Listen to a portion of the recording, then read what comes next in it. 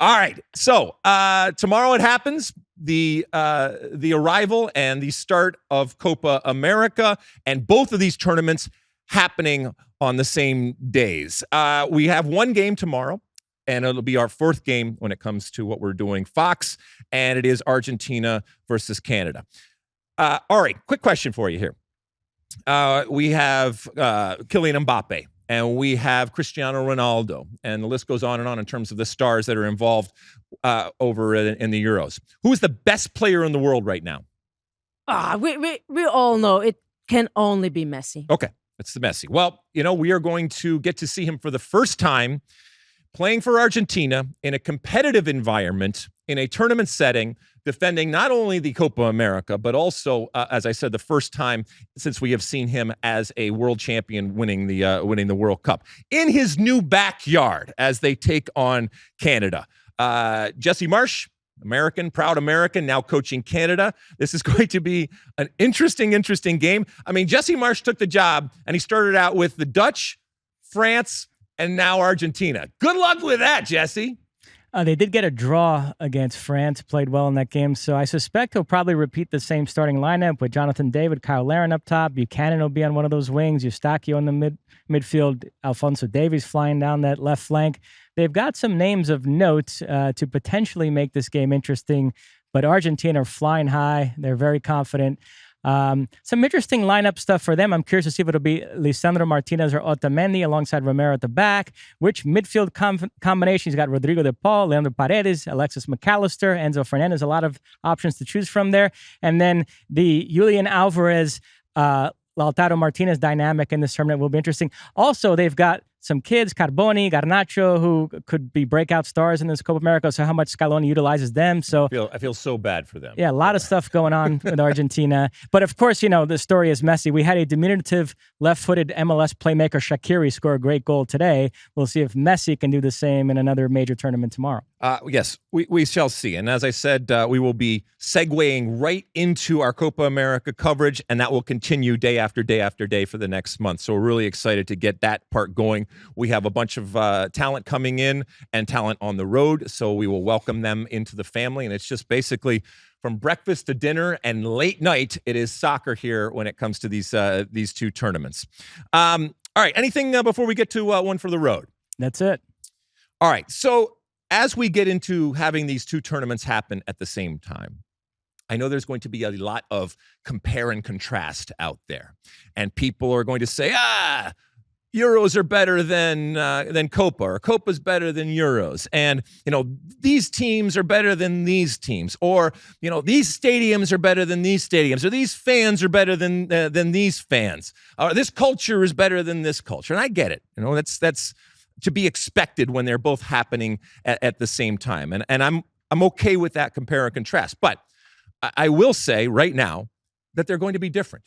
And they're going to be uniquely different in a good way. They are going to reflect the different cultures that we have involved. They're going to reflect the different countries where this is happening. The style on the field is going to be different. And that's a good thing.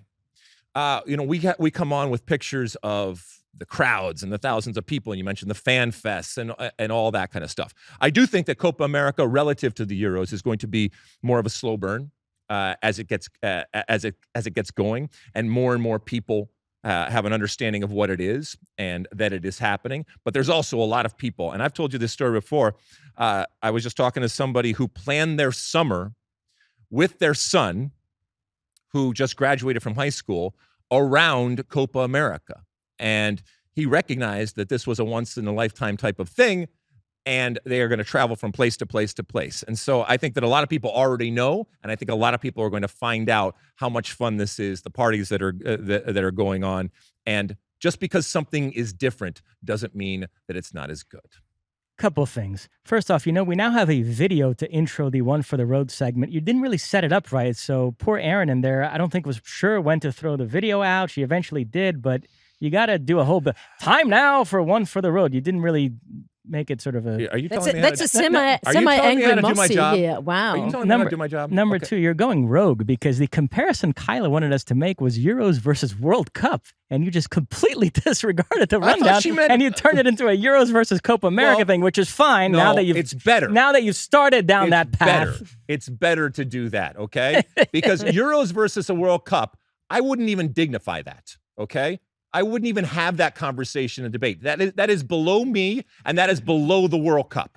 Now, Kylian Mbappe said the Euros is tougher to win than the World Cup. Do you think there's any legitimacy to that, Ari?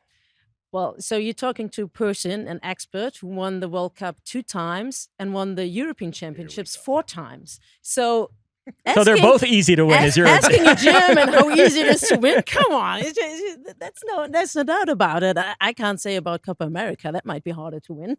No, in all seriousness, it's different tournaments, and you get the different excitement. For me, I'm just glad and happy that I live in Germany, a country that is in Europe, because I get to see the best of both tournaments. It's so much harder, obviously, being in Europe and watching Copa America, which we hardly do. But I get to see the World Cup that is totally different from the Euros.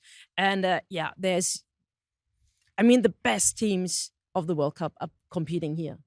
What about the Copa America? We know you're European. That's more of your focus. But nevertheless, Argentina, Brazil, Uruguay, do teams like that excite you? Are you looking forward to following this tournament? That's an interesting part. So if it wasn't for Fox, most likely I wouldn't even recognize that it's going on, because in Europe we don't really pay attention what's happening on the other side of the world, whilst we have the biggest tournament going on. But of course, it's a lot of excitement. You get Brazil, you get Ronaldinho going off, like complaining about his team, and you got the emotions. And when South America is involved, there's definitely more emotions than any other in the world.